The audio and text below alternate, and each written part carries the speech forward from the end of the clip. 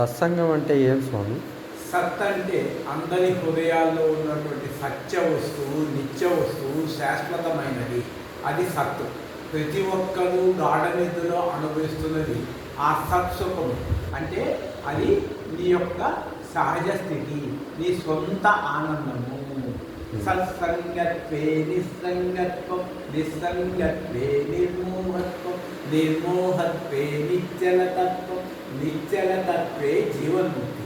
గాఢ నిద్రలో ప్రతి ఒక్కళ్ళు ముక్తులే, అనంతమైన ఆనందాన్ని అనిపిస్తున్నారు. ఆ మనిషి ఎక్కడ పడుకున్నారో తెలియదు, అమెరికా ప్రెసిడెంట్ ఎక్కడ పడుకున్నారో తెలియదు, చైనా ప్రధాని ఎక్కడ పడుకున్నారో తెలియదు, ఒక చీమ ఎక్కడ పడుకుందో తెలియదు.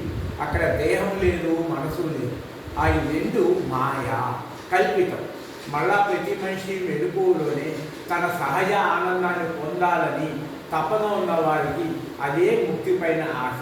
అప్పుడు లోపడున్న సత్తుపైన ఆశ పెట్టినప్పుడు ఈ మనసు అసత్తైన ప్రపంచాన్ని వదిలి సత్తులో లీనమైపోతుంది.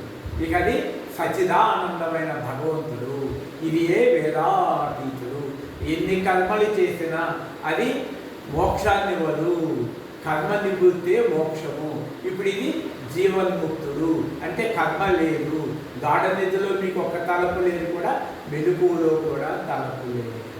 ఇది ఏ ముక్తుడు. దేహం పడిపోతే విదేహం ముక్తుడు.